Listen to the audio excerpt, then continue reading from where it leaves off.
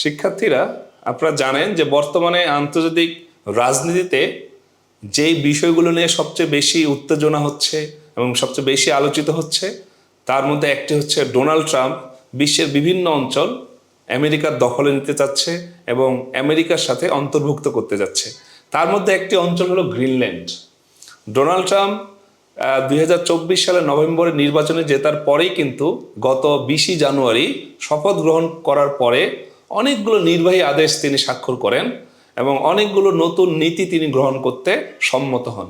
তার মধ্যে তিনি বলেন যে আমরা গ্রিনল্যান্ড দ্বীপটি চাই এবং পাশাপাশি আমেরিকার পাশে আরেকটি খাল আছে যেটাকে আমরা বলি পানামা খাল, সেটিও তিনি চাচ্ছেন। তাহলে আমরা একটু আজকে জানার চেষ্টা করব যে ডোনাল্ড ট্রাম্প কেন গ্রিনল্যান্ড দ্বীপটি চাচ্ছেন এবং গ্রিনল্যান্ড জিনিসটা কি, এই সম্পর্কে আমরা একটু জানি। তো আমরা জানি যে ডোনাল্ড ট্রাম্প এর আগেও কিন্তু একবার নির্বাচিত হয়েছিলেন। 2016 থেকে 2020 সাল পর্যন্ত তিনি আমেরিকায় প্রেসিডেন্ট হিসেবে ছিলেন। পরবর্তী নির্বাচনে 20 সালের নির্বাচনে তিনি জো বাইডেনের কাছে হেরে যান। তিনি যখন 2020 সালে জো বাইডেনের কাছে হেরে যান, তার আগে, তার মেয়াদ শেষ হওয়ার আগেও কিন্তু তিনি একবার ঘোষণা দিয়েছিলেন যে আমরা গ্রিনল্যান্ড দ্বীপটি কিনতে চাই।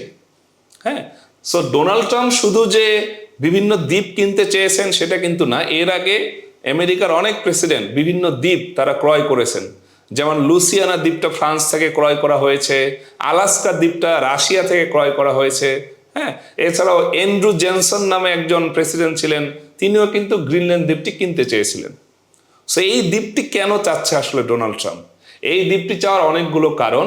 প্রথমত, এই যে গ্রিনল্যান্ড, এই গ্রিনল্যান্ড হলো উত্তর আমেরিকা মহাদেশে অবস্থিত। আমরা যদি বিশ্বের মানচিত্রে দেখি, একেবারে উত্তর গোলার্ধে উপরের দিকে উত্তর আমেরিকা এবং ইউরোপ মহাদেশের মাঝখানে অবস্থিত এই গ্রিনল্যান্ড একটি দ্বীপ এবং এই দ্বীপটি আয়তনে পৃথিবীর সবচেয়ে বড় দ্বীপ। সবচেয়ে বড় দ্বীপ পৃথিবীর। সবচেয়ে মজার ব্যাপার হচ্ছে এই গ্রিনল্যান্ড দ্বীপটা উত্তর আমেরিকা মহাদেশের অন্তর্ভুক্ত হলেও, ভৌগোলিকভাবে উত্তর আমেরিকা মহাদেশের অন্তর্ভুক্ত হলেও এই দ্বীপটা রাজনৈতিকভাবে কিন্তু ইউরোপের অন্তর্গত। এবং ইউরোপের যে একটি দেশ আছে ডেনমার্ক, ডেনমার্কের অধীনে একটি স্বায়ত্তশাসিত অঞ্চল, স্বায়ত্তশাসিত দ্বীপ হলো এই গ্রিনল্যান্ড। তাহলে এই গ্রিনল্যান্ড কিন্তু যুক্তরাষ্ট্রের অধীনে কোনো অঞ্চল বা স্বায়ত্তশাসিত রাজ্য না, এই গ্রিনল্যান্ড ডেনমার্কের অধীনেও এখন পরিচালিত হচ্ছে। এখন এই গ্রিনল্যান্ড দ্বীপটি আসলে ডোনাল্ড ট্রাম্প কেন কিনতে যাচ্ছে বা গ্রিনল্যান্ড দ্বীপটি কেন মার্কিন যুক্তরাষ্ট্রের জন্য কৌশলগত কারণে খুবই গুরুত্বপূর্ণ একটা দ্বীপ, তার মূল কারণ হচ্ছে, যদি আপনি, প্রথম কারণটা হচ্ছে এই গ্রিনল্যান্ড দ্বীপটা যদি আমেরিকা তাদের নিজেদের মধ্যে অন্তর্ভুক্ত করে নেয় অথবা নিজের মানচিত্রে তারা অন্তর্ভুক্ত করে নিতে পারে, তাহলে এই গ্রিনল্যান্ড দ্বীপটি কিন্তু তাদের নিরাপত্তার জন্য খুবই গুরুত্বপূর্ণ একটা স্ট্র্যাটেজিক এরিয়া বা কৌশলগত এরিয়া। কারণ আপনি যদি আমেরিকা দখল করতে চান, তারা সবার প্রথম আপনাকে পা ফেলতে হবে গ্রিনল্যান্ডে এবং গ্রিনল্যান্ড থেকে আপনাকে প্রথম আক্রমণটা করতে হবে। সো গ্রিনল্যান্ড যদি অস্থিতিশীল থাকে বা নিরাপত্তাহীনতায় ভুগে, তাহলে কিন্তু আমেরিকার জন্য সেটা সবচেয়ে বড় হুমকি। এই প্রথম একটা কারণে গ্রিনল্যান্ড দ্বীপটা ডোনাল্ড ট্রাম্প তাদের নিজেদের করে নিতে যাচ্ছে। দ্বিতীয় কারণ হচ্ছে, এই গ্রিনল্যান্ড জলবায়ুবিদরা যেটা বলছেন যে যেহেতু এখন জলবায়ু পরিবর্তনের কারণে গ্রিনল্যান্ডের যে বরফ আছে উত্তর গোলার্ধের, এটা গলে যাচ্ছে।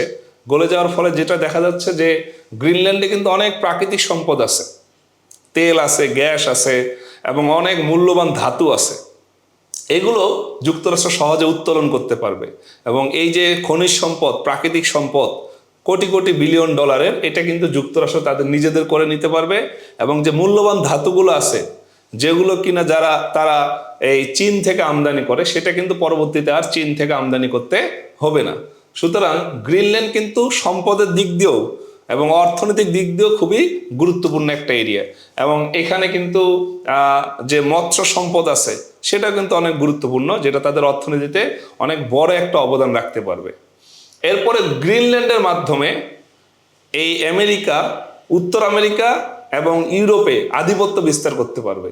গ্রিনল্যান্ড হলো আমেরিকা এবং ইউরোপের মাঝখানে অবস্থিত একটা দ্বীপ। এই দ্বীপটা যদি আমেরিকা নিজেদের করে নিতে পারে, তাহলে এখানে কিন্তু তারা ঘাঁটি স্থাপন করতে পারবে।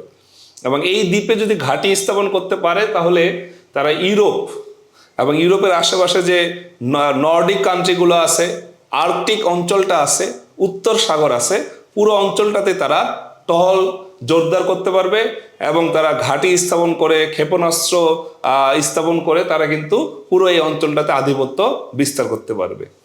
এবং গ্রিনল্যান্ড দ্বীপটা পাশাপাশি যদি ডোনাল্ড ট্রাম্প কিনতে পারে বা তাদের নিজেদের করে নিতে পারে, এটা কিন্তু ডোনাল্ড ট্রাম্পের জন্য একটা বিশাল বড় অর্জন।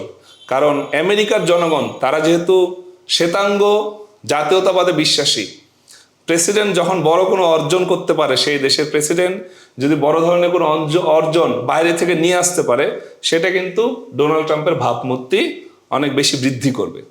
তাহলে এই গ্রিনল্যান্ড দ্বীপটা নিয়ে কিন্তু খুব বড় ধরনের রাজনীতি চলছে। কিন্তু মজার ব্যাপার হচ্ছে, এই গ্রিনল্যান্ড দ্বীপের যিনি বর্তমানে এখন প্রধানমন্ত্রী আছেন, তিনি বলেছেন যে গ্রিনল্যান্ড দ্বীপটি বিক্রয়ের জন্য নয় এবং তিনি সেটি কাউকে দিতে যাচ্ছেন না। তিনি ইউরোপপন্থীও হবেন না, আমেরিকাপন্থীও হবেন না। তিনি গ্রিনল্যান্ডকে আলাদা একটি অঞ্চল হিসেবে বা দেশ হিসেবে তিনি বিশ্বের বুকে পরিচিতি লাভ করাতে চান। সো এই হচ্ছে আমাদের ডোনাল্ড ট্রাম্প আসার পরে গ্রিনল্যান্ড এবং গ্রিনল্যান্ডের রাজনীতি। সবাইকে ধন্যবাদ।